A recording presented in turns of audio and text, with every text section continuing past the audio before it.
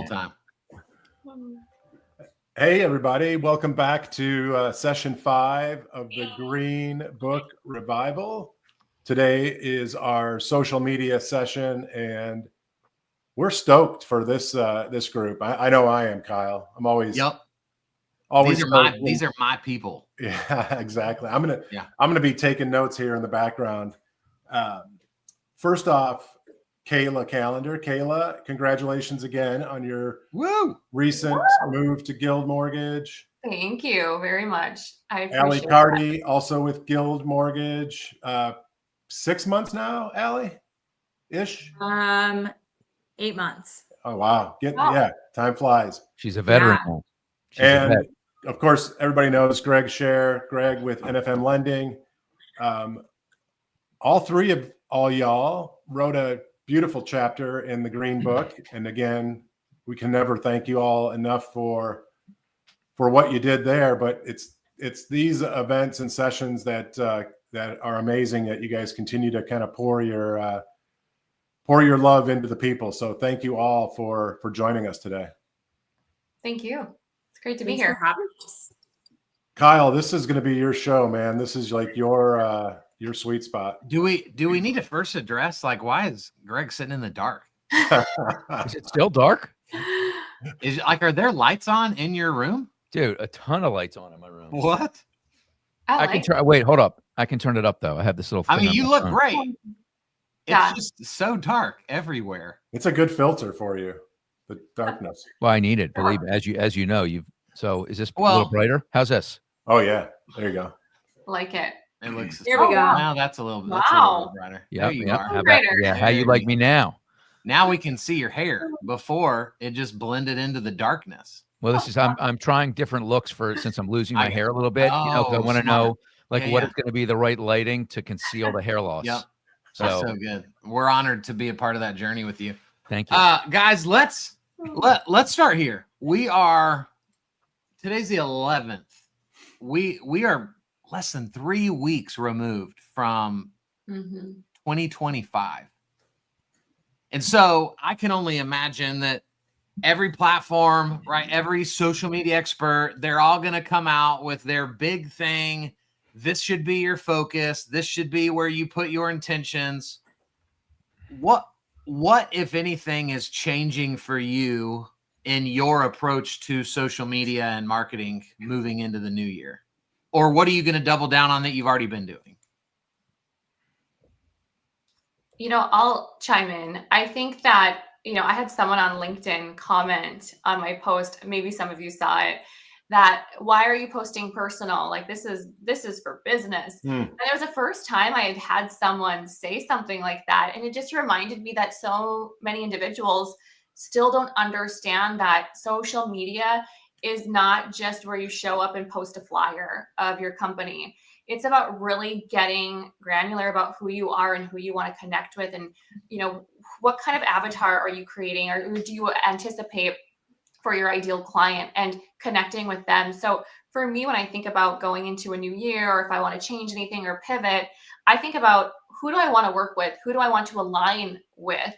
And focus on, it's not just about posting a flyer or a rate. It's about really telling the world who I am, because what I've noticed this year is when I do that, the right people come into my life, and you shed the people that maybe aren't for you or align, whether it's clients or business partners. So for me, it's really still focusing on my personal, but really kind of defining who do I want to align with, and posting that on social.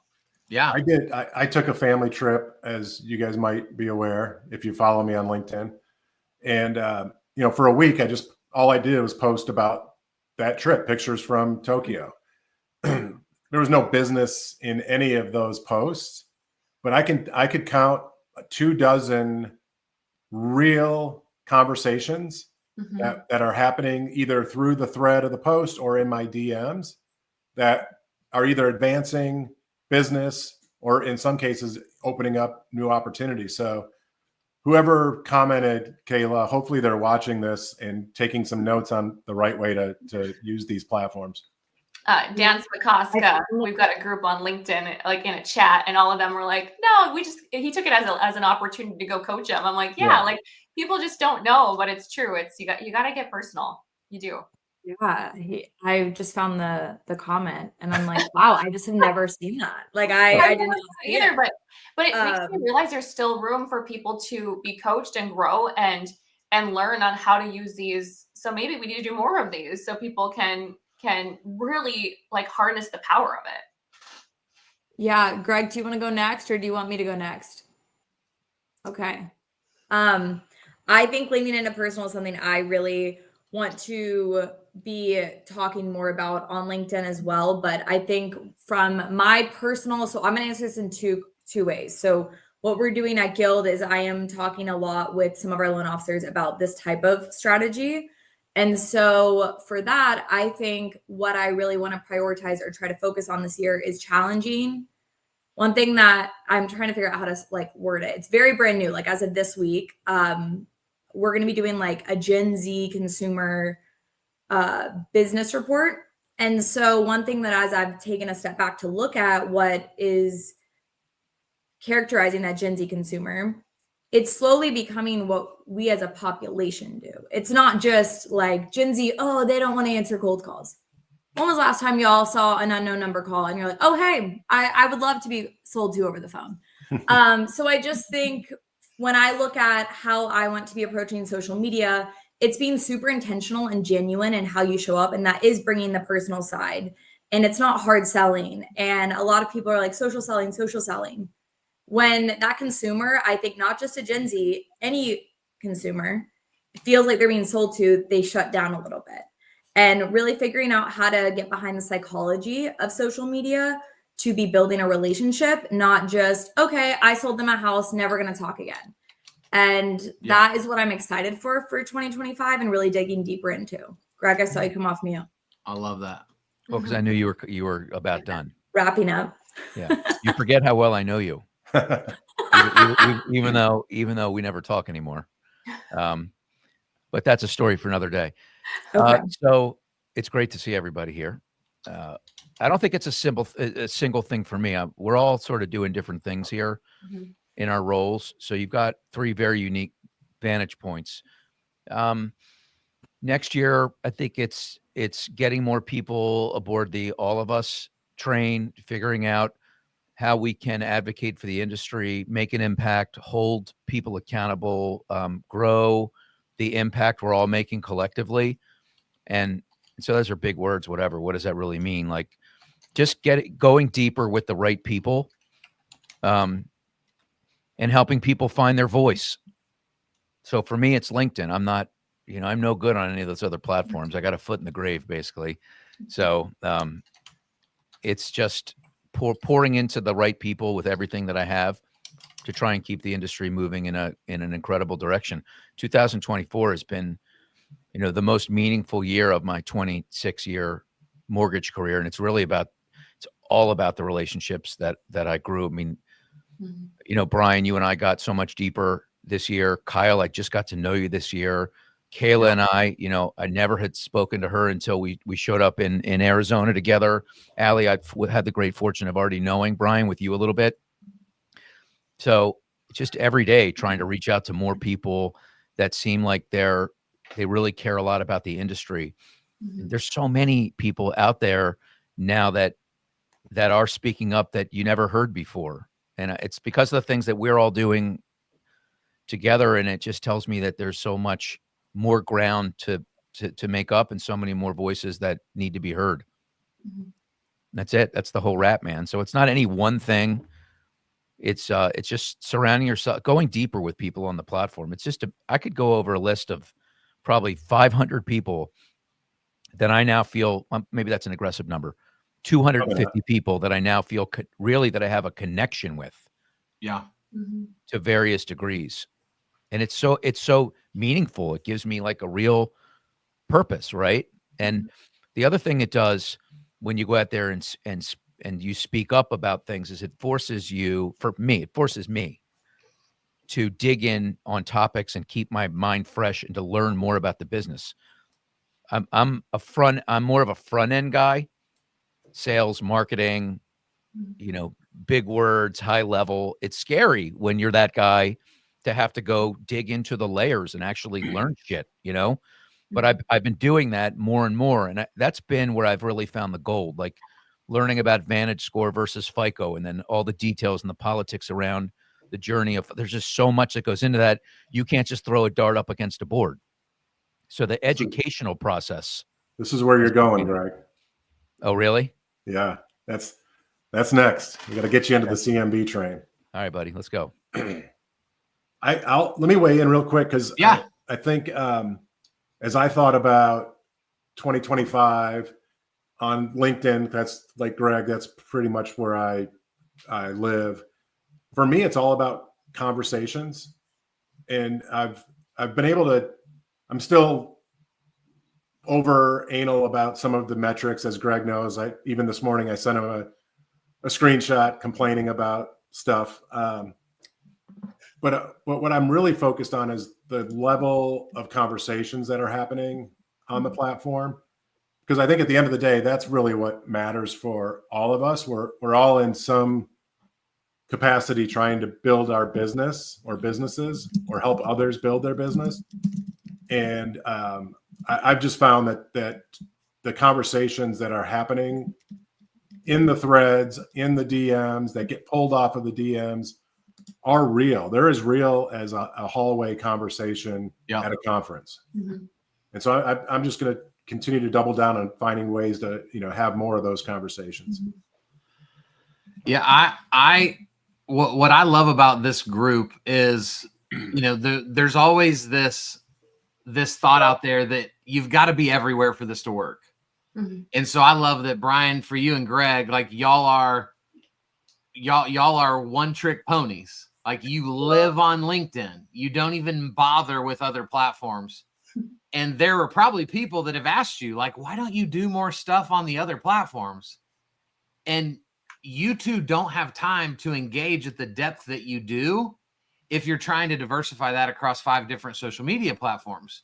Whereas for me, Kayla and Allie, we probably dabble more across multiple platforms than you two do, but there's not one way to do it.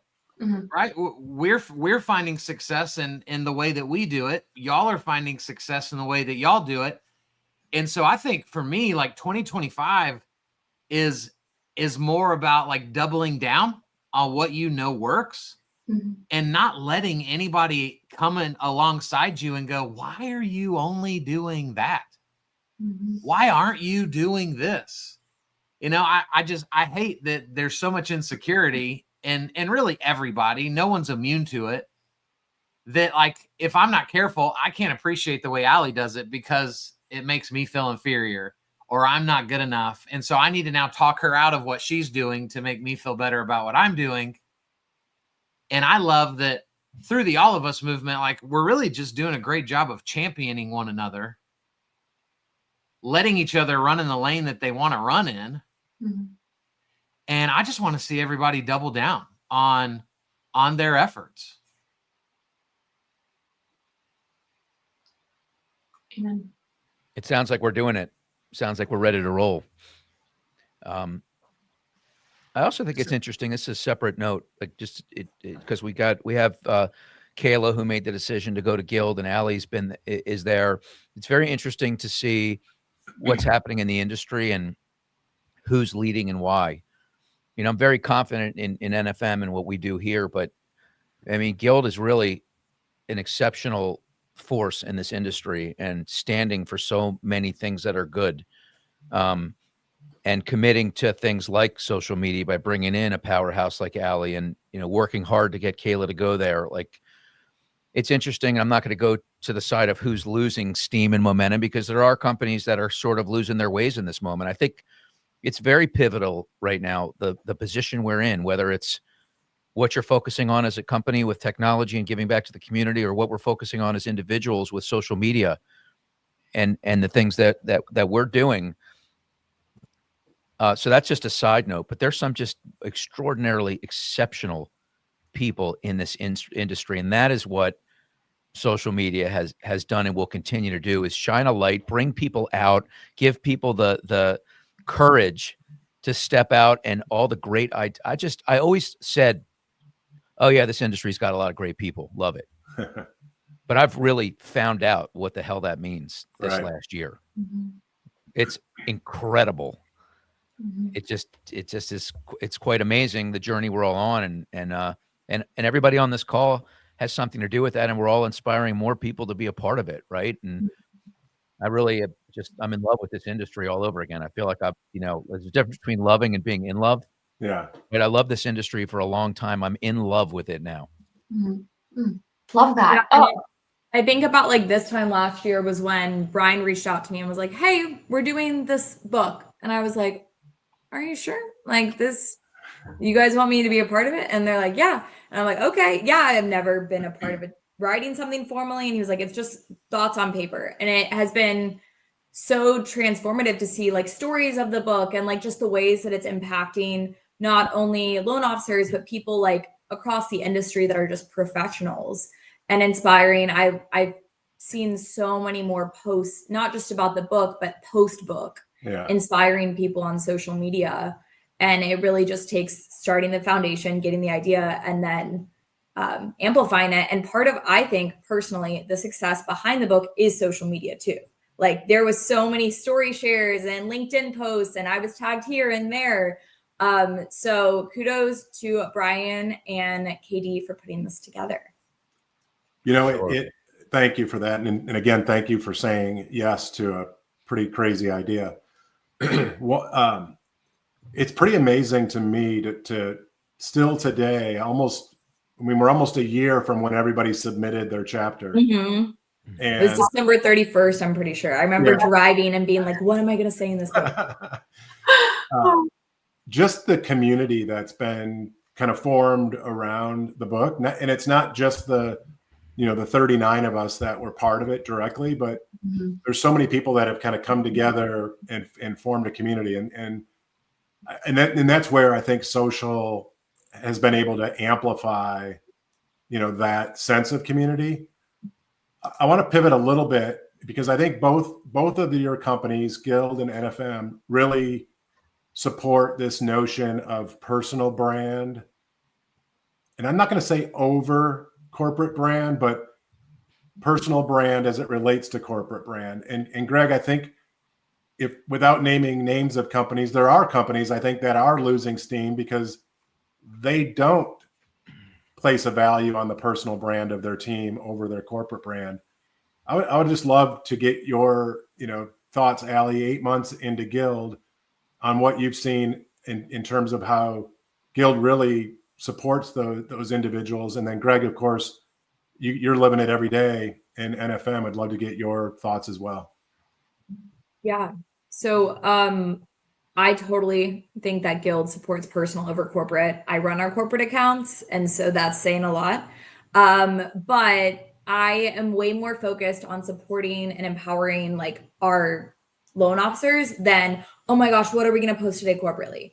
So at the end of the day, people want to work with people they like, not just based on the logo that they're using. In my opinion, and based on what I've studied, that is something that I think at Guild we strongly support. And so over the past 6 months since I've been here, about 2 months in, I launched this like creator community, which is a place to come and just share ideas. And like, it's like a Teams chat where we all just like throw around, hey, did you see this social post? Did you see this? How can we recreate this? And it's more of a collaborative environment to just kind of come together and like share ideas than it is to be like, oh, Guild is posting this, Guild is posting this. It's like, hey, how can this support your personal brand? And how can you recreate this natively at home without having to spend X amount of dollars? And that's really what I want to focus on for 2025 is supplying like our field sales team and loan officers with more resources to be doing user-generated content and not having to spend $2,000 a month to go to a professional studio and get a ton of content done. Because again, at the end of the day, people want to work with humans. And as much as your brand is beautiful and you have a great logo, they want to work with people that are just like them and show their personal brand. And we just left a Seattle like field marketing meeting where we have field marketers all around the region that help build personal brands with loan officers. And like, we'll hop on a call. And I think that's super indicative of how much we do support personal brand over hey, why don't you post this about Guild? So that is my 2 cents on personal versus professional here at Guild. I would love to hear your thoughts, Greg and Kayla. I know you've only been at Guild for what, 2 weeks now? Maybe 10 days. 10 days. So I don't know if you've done your field marketing training, but there's a ton of resources shared right as soon as you join about how to get involved and start working on your personal brand, not just Guild's. Yeah, I will say there's a lot at Guild. One of the things that I've noticed is when I've told people I was moving, they didn't even really ask about the company. They didn't really, dive in. It's newer to my area, but they knew who they'd be working with, and that's Kayla Calendar. And I actually had a girl reach out to me yesterday on Instagram. She read the book. She listens to the Loan Officer podcast with Dio, and she just randomly saw me on something and started asking me about getting into the business, Oh, wow. getting into the industry. And so I think that it's not because of where I worked. Actually, I was at a different place before this, and she was still reaching out to me after the move. So it's like, it's just a testament to personal brand. And it's not that you're not trying to support your company. That's not what it's about. But the end user, the consumer, they are working with the person, and they know that. And Gen Z is way more aware of that than anyone has in the past, and they're not going in and sitting down face to face anymore with people.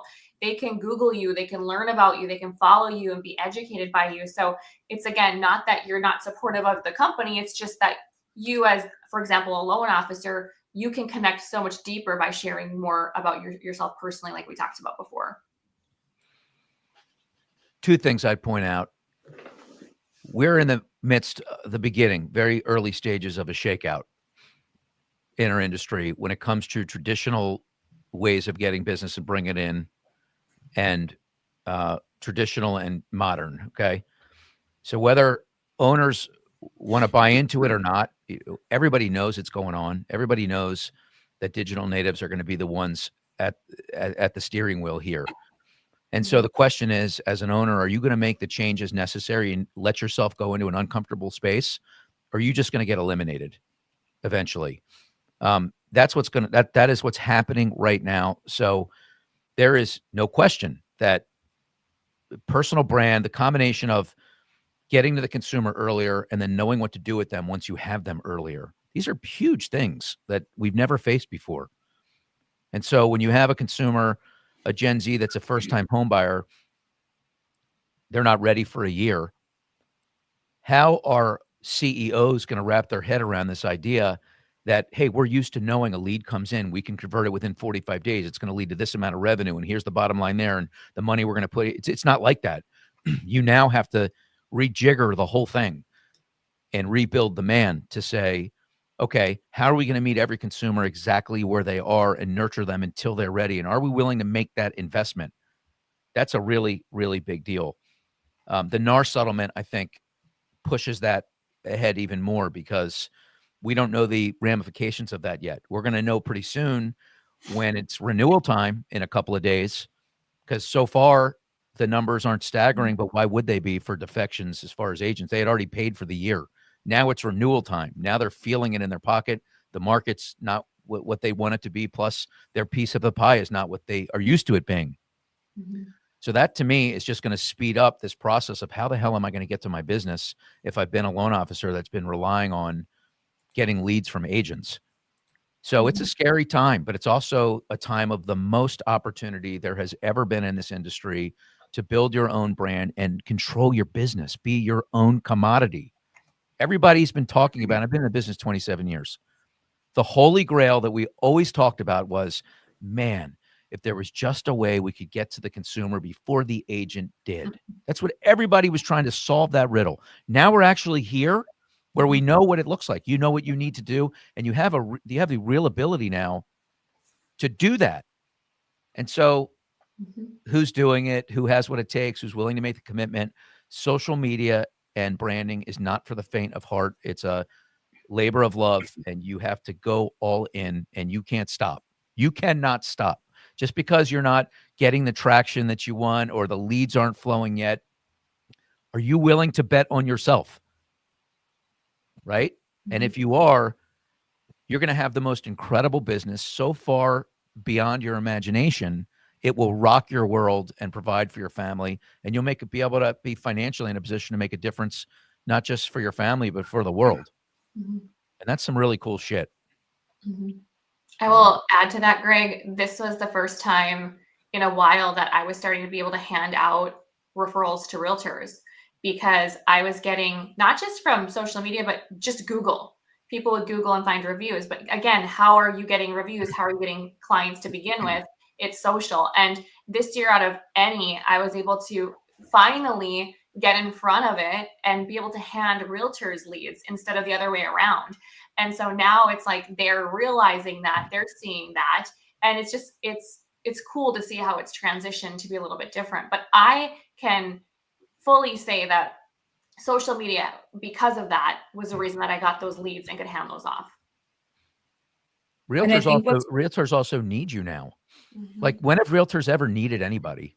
Right? It's always been around about, oh, how much you going to pay for my desk rental? How, what kind of MSA you going to give me? What are you going to do for me? Like, Mhm. now you have realtors like, holy smokes, where am I going to get my business from, to some extent? Yeah. I mean, it's not completely like that. There's some amazing agents out there, but I'll tell you this, if you walked into a broker owner shop and they had 200 agents in there, you probably have 25 of them that are out there on social media trying, that have some idea of what they're doing.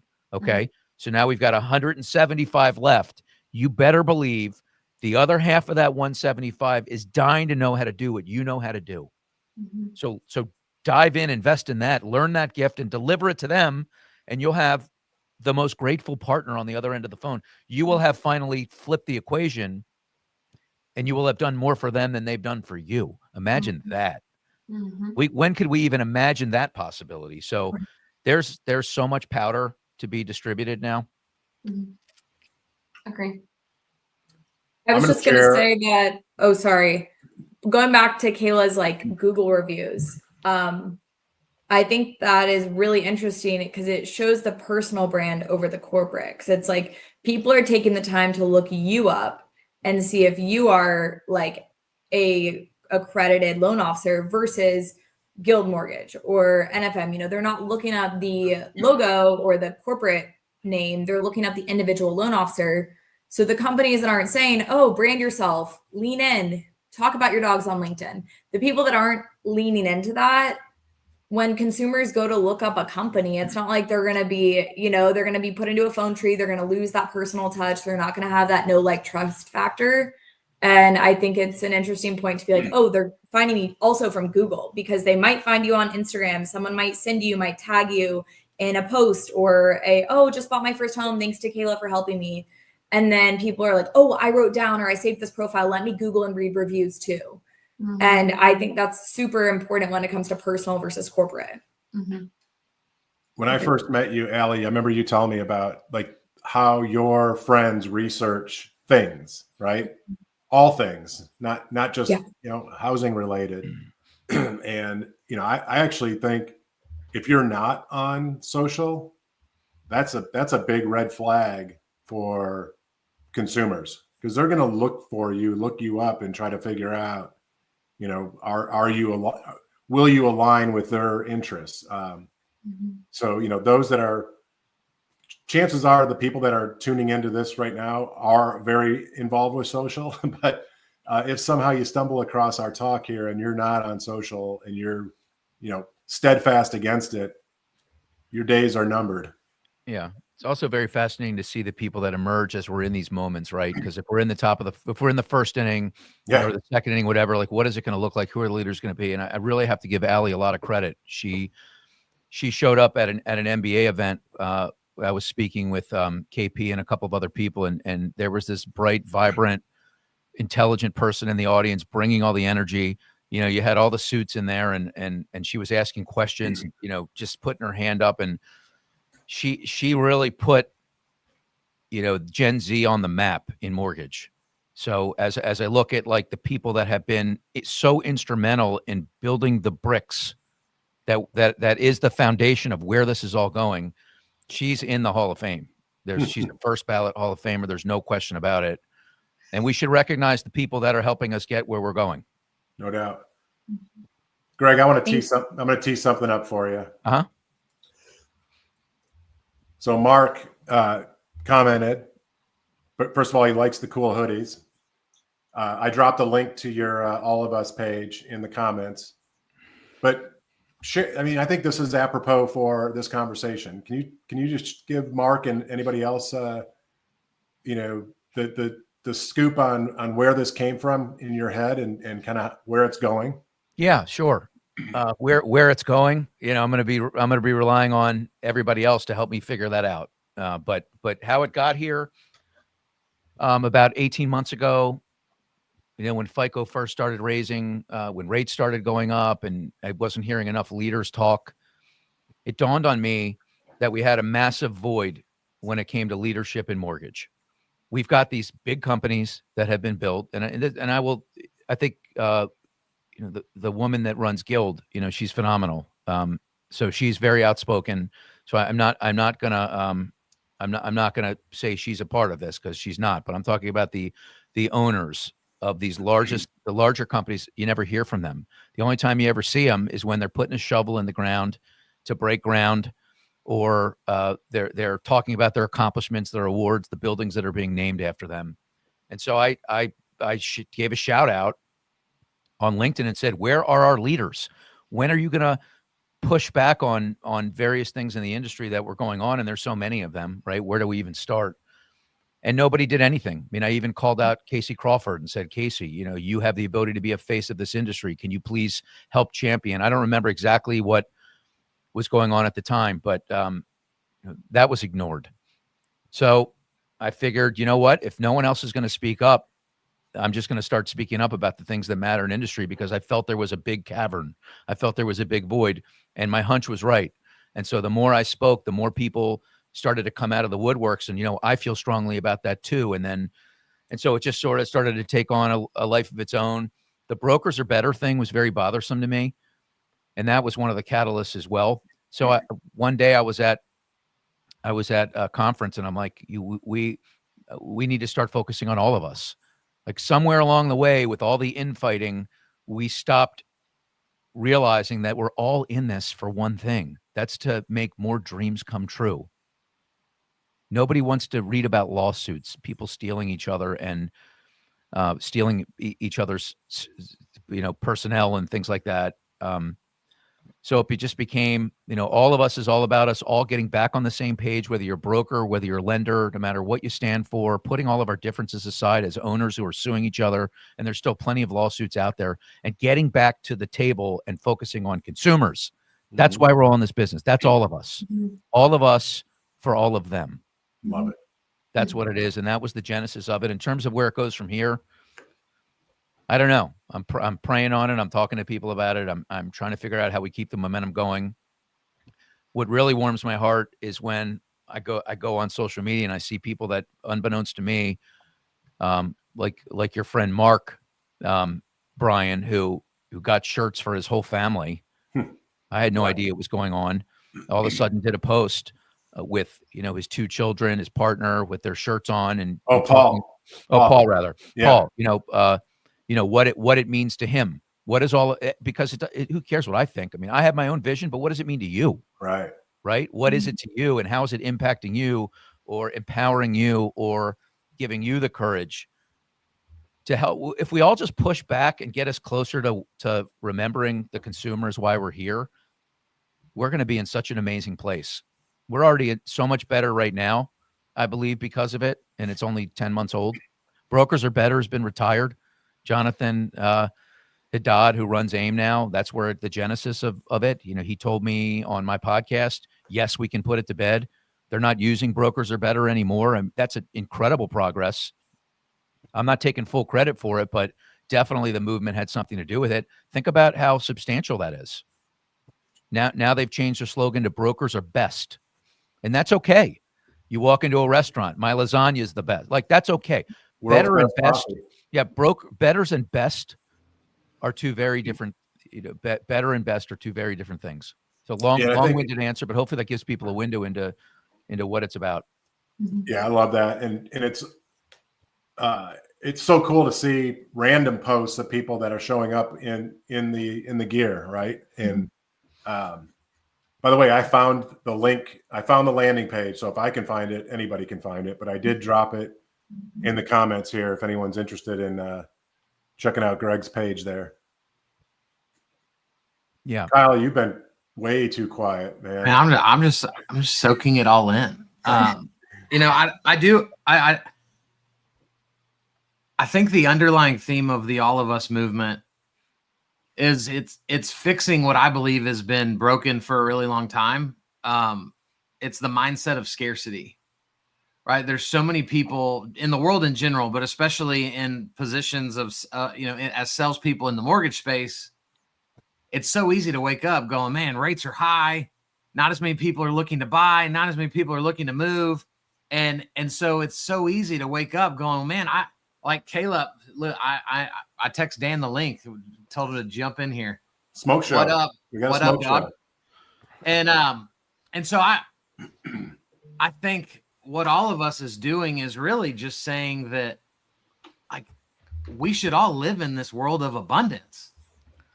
That there is so much opportunity for everybody. And I think most people suck at social media because their only metrics are metrics that serve them. And because those metrics don't work very well, people get 60 days into what Allie could teach or Kayla teaches or Dan teaches. And then they're like, well, this doesn't work. And maybe that's not true for Dan.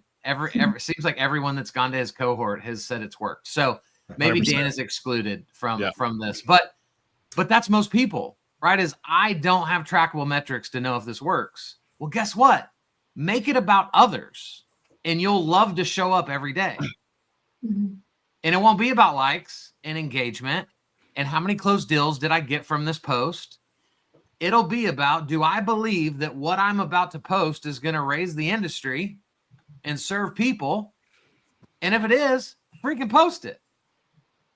And whether it performs or not, wake up again tomorrow, do the same thing tomorrow. And I think that's why most people struggle is they just cannot get their mindset wrapped around abundance over scarcity. And all of us is kind of secretly converting that mindset without having to just directly say it.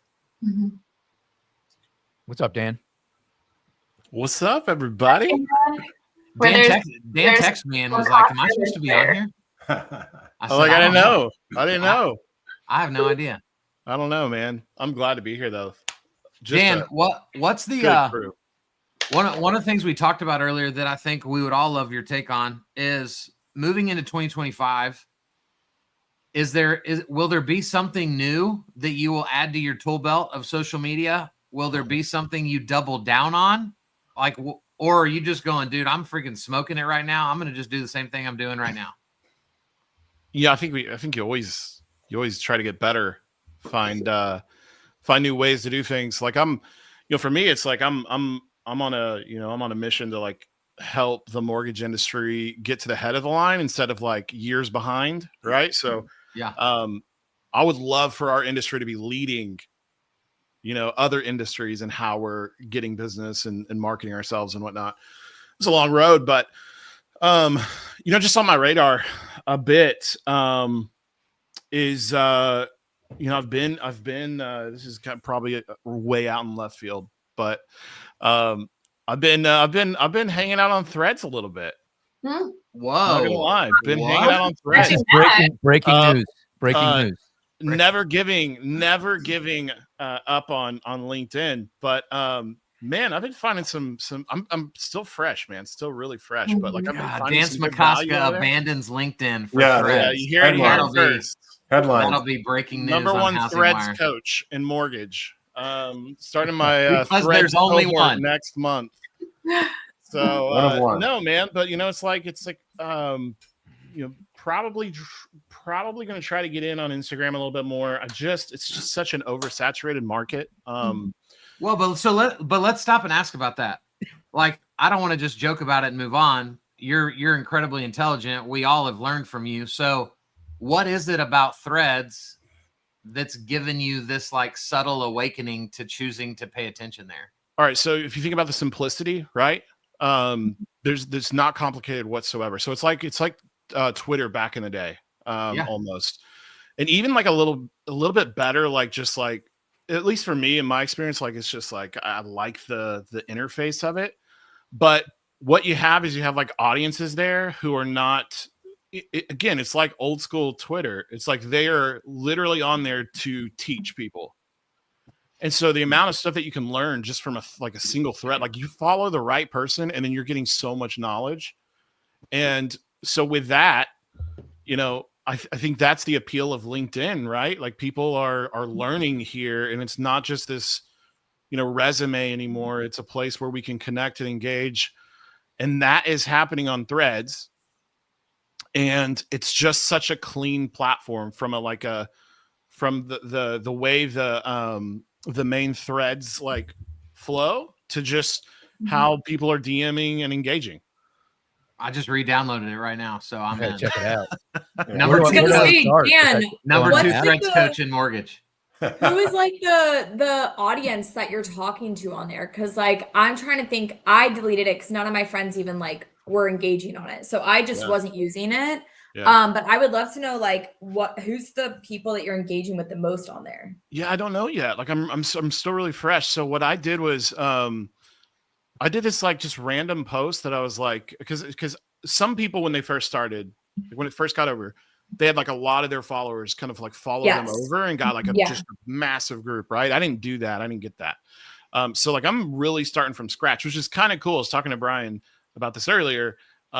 It's like I'm doing the thing that I'm teaching people to do on LinkedIn, right? LinkedIn is like a second language to me now. It's like I'm here. I know the people who are active. I know how to navigate it and whatnot.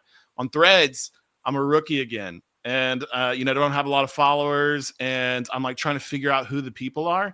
But I did a post like a couple days ago. And I was just like, I said something like, put a keyword in there, looking for my mortgage people. Where are y'all? And I got like 10 people who are active in the mortgage space on Threads, reply and follow me, and I followed them. And so now they're part of whatever community it is that's being built. And I don't know if this will be a long-term thing, but right now it's I'm getting a lot of value out of it, even outside of the mortgage industry, just learning a lot.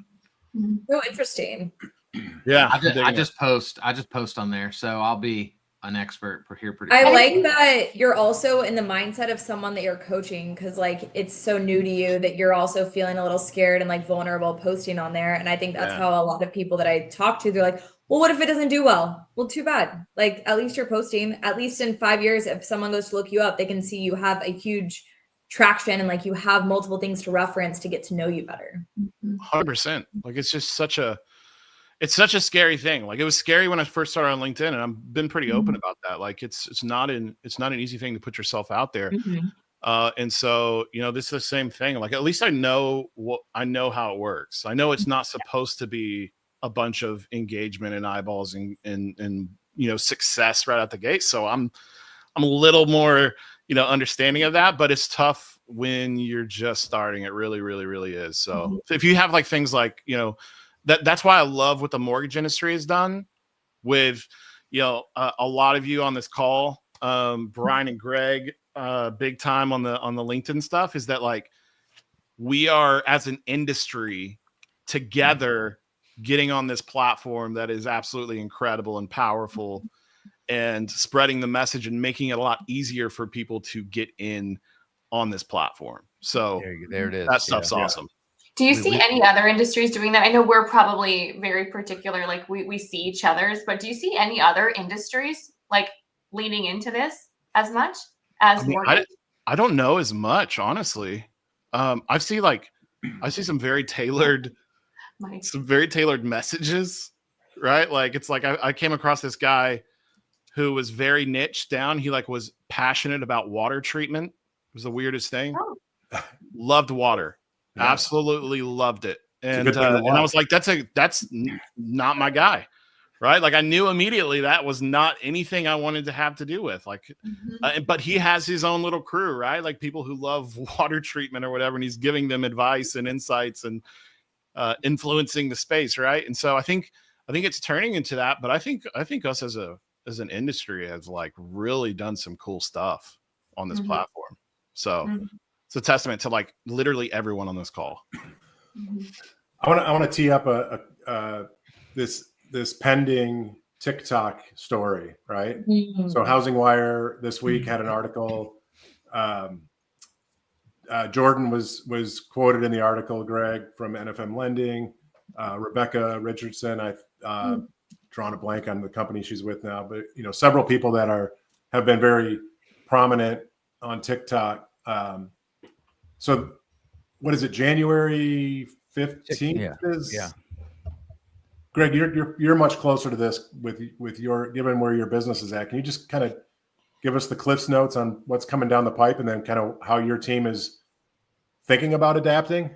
Yeah. So we launched our influencer division 4 years ago or so, and majority of our leads came from TikTok. Thousands of them, around 45 to 50,000 of them in a 48-month period. I don't think it matters at this point, whether it's TikTok, whether it's Instagram, whether it's Threads. There'll be something that comes behind it. It's not about which is the right platform. It's about the movement of people that interact with this. Yeah. So TikTok, it's irrelevant to me. It's irrelevant to our team. People are starving for information from people that look like them, sound like them, that they can trust. So it's just a footnote, but I can tell you that TikTok is very saturated. These are things that I've learned.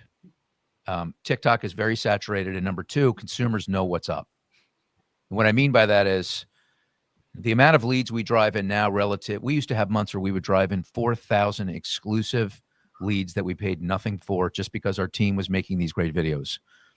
Well, as rates went up, those numbers went down. So there's a direct correlation to where the market is. And I got affirmation on that. A year ago, the bond went down. There was this period when it was up in the high fours, and then somehow it went down to the 380 range. And the leads doubled overnight. My point is that like 3 points, right? TikTok is irrelevant. It's about the platform. 2 is it's way saturated. And 3 is that the market knows what's going on. And so you're going to get less traction in moments where rates are high and affordability is at an all-time low.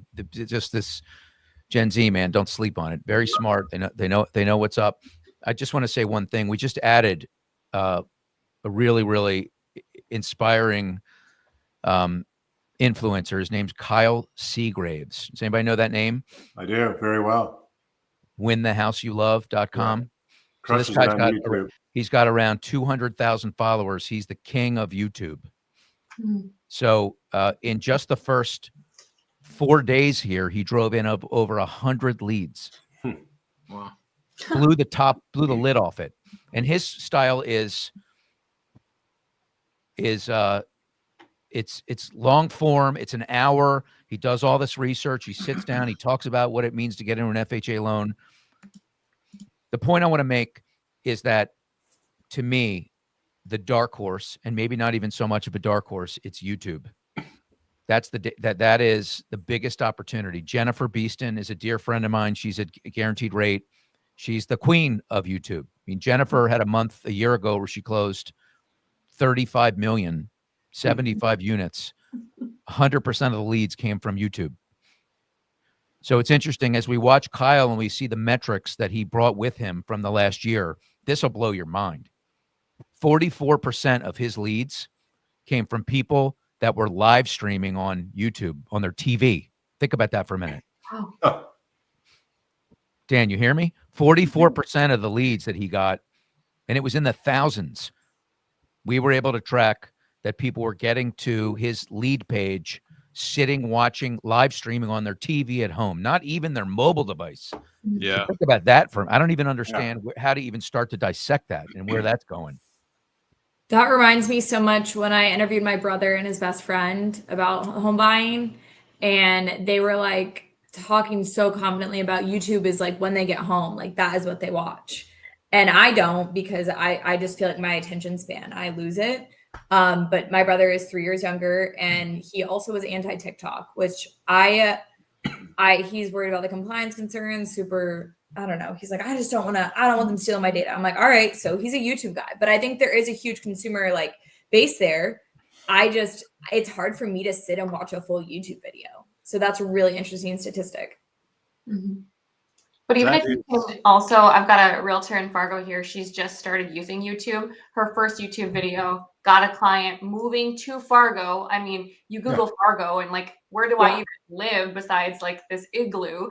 Like just using it as even a realtor to talk about like your city or where you're at, because that can lead. I mean, just a quick video about that. I've seen success with that with a lot of realtors.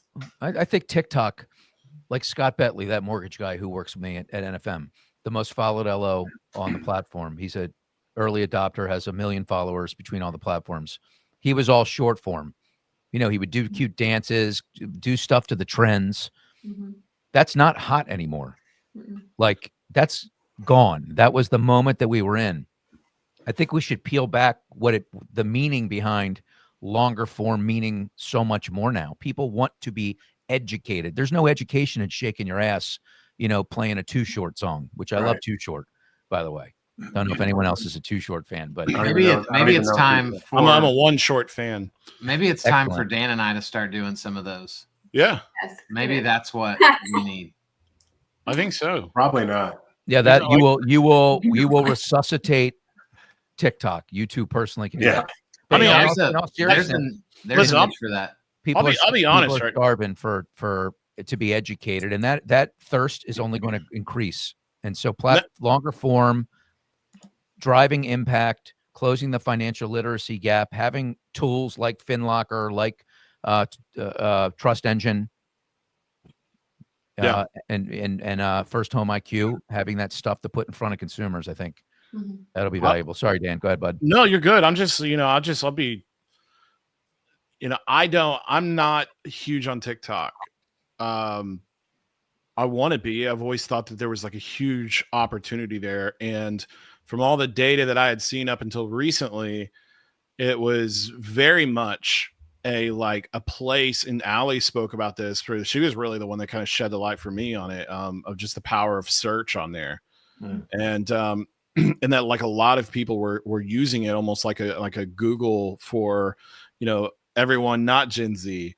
And so like I guess my question would be, and maybe some people watching this are asking, like, has that, I mean, that's obviously going to die if TikTok is gone, right? And it'll move over to a different platform, but has that kind of like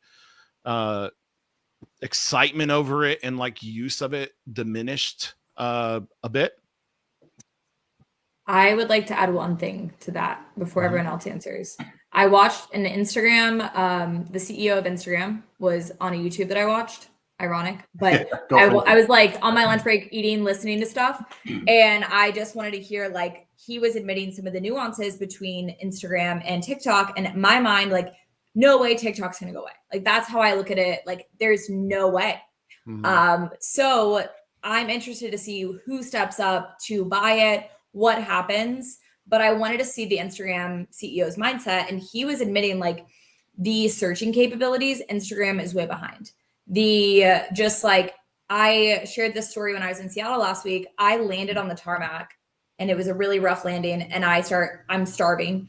I start immediately looking up food in Seattle, and I get all these real estate agents, like these people that are actually talking about like their personal brand, but it's showing up on my For You page because they are posting about what's going on in that city.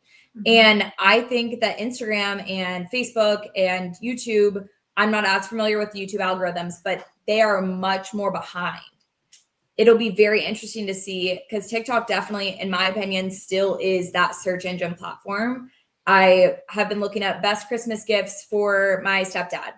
All these different things that I've been looking up on the platform that I know Instagram couldn't get nearly as pinpointed as TikTok can. Mm-hmm. So that's my 2 cents on that. They have all the right data, Mm-hmm. Sorry, Kayla, what'd you say? That's awesome. I found that I went to Neil's Forward event in July, and there was a lot of talk around ChatGPT as a Google, like using that. I have kind of switched from Google to even that. And I'd be curious if that will step up or if something will change there, because I don't feel like Instagram is very searchable either, Allie. I'm 37 years old and I use TikTok for search all the time. I want to know what kind of, nails should I do? And if I want to look at something for my house to decorate, like I'm going to TikTok. I'm not going to ChatGPT. I'm not going to Google, but I'm very curious what's going to happen if TikTok goes away. Are these other platforms going to step up? That's a very great question. Yep. I'm curious. I think like search right now is in the midst of like a big transition. And I'm not like passionate about search or anything, but it's like Google now is putting the embedded AI responses when you search. All right. And people are staying right there now instead of going off and looking at it online. And then you have platforms like TikTok, and then you have platforms, not as capable, but Instagram, YouTube Shorts, which I know as a Google product, they're trying to get up there with the reach that TikTok does have. So, I mean, I think we're in the middle of some big changes. And I think this TikTok verdict or sell or whatever happens will be something that has a huge impact going forward. It's going to devastate a lot of businesses if it goes down. A lot of small businesses. Agreed. A lot. So then that's going to be the unfortunate part of it. I personally can't imagine it happening. It was talked about. It seemed to have a lot more momentum and people seemed to care a lot more when it first came up a few years ago under Trump. I mean, I don't know. Well, let's not get into politics, but yeah, we don't have time for that. That's another show. I will say, I think a lot of people that I have asked about it, they follow a lot of their favorite creators from TikTok on Instagram if they've built that loyalty. So that's a plus. So like the small businesses, I am like, that's so sad that they're going to lose like that traction because TikTok is just so much more in your face than Instagram searching capability. But like Scott Bentley and some of the people who have really like popped off on TikTok, I feel like if they've built that relationship and that loyalty, they most likely follow them on both platforms, which is a plus. But their reach is not as good. I can tell you, Instagram delivers a better quality mortgage lead than TikTok. The other thing that Scott Bentley's doing now, which I think he is an innovator. So even though his TikTok stuff is not what it was, what he's done now is he's partnered with a real estate agent, bought about $5,000 worth of equipment, and he's now live streaming across 18 platforms once a week, where people are. I think we're heading to a more interactive world where I can have a 1-hour show about mortgage with a great loan officer, and people will just organically find us, answer questions. Those will turn into leads. Yep. Right? Can you see that this going in that direction? I can. Totally. Absolutely. This is a very different business model, but this is also me being very Gen Z young girl. But on my lunch break, if my favorite boutique does like a live, sometimes I'll eat lunch and they will do a live and try on all of the clothes. And I'm like, oh my gosh, if I'm just sitting here eating lunch, I'm going to listen to it. The amount of money they take from me is insane because I am sitting there listening to them. They're describing the features. They're saying, if this is like, if you fit in like this size, this is perfect. And I'm like, oh, and it's so user-friendly. It takes all my money. It's very unfortunate. But I think it's very indicative that live instant of like, you can comment back to them. They can engage with you. You can ask them live questions.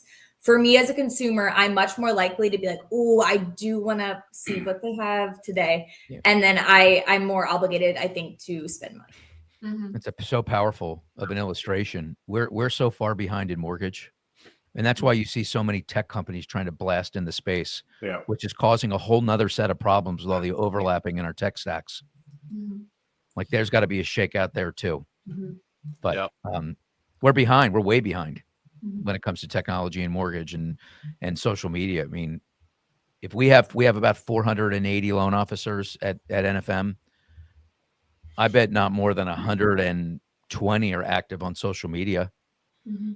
So where's the other, how can we get, and maybe this is the next mission that we focus on, right? How do we get the half of the 75% that's remaining to make an investment in that realm? Because that is the future.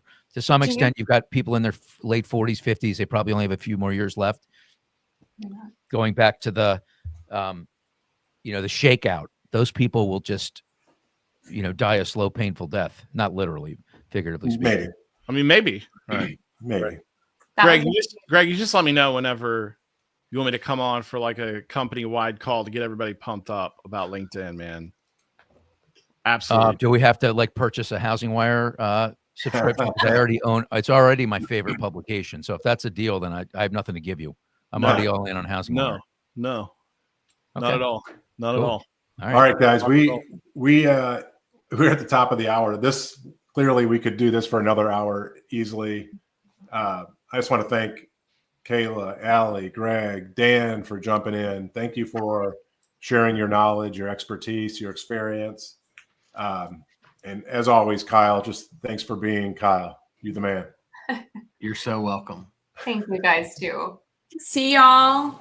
Happy holidays and excited for a 2025 exciting start. We'll get this crew back together in early in the year and teach some more. Thank you all. Great to see Good. everyone. Bye, Bye, guys. everybody. Happy Great hanging, guys. holidays. See you back Bye. next week.